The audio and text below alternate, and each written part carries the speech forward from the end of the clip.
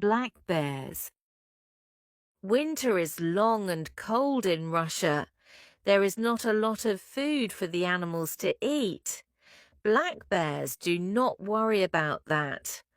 All summer and fall they eat. They get really fat by the time winter comes. Then the bears go into a cave and go to sleep. When they wake up, it is spring, and of course they are ready to eat. Black bears. Winter is long and cold in Russia. There is not a lot of food for the animals to eat. Black bears do not worry about that. All summer and fall they eat. They get really fat by the time winter comes. Then the bears go into a cave and go to sleep. When they wake up, it is spring, and of course they are ready to eat.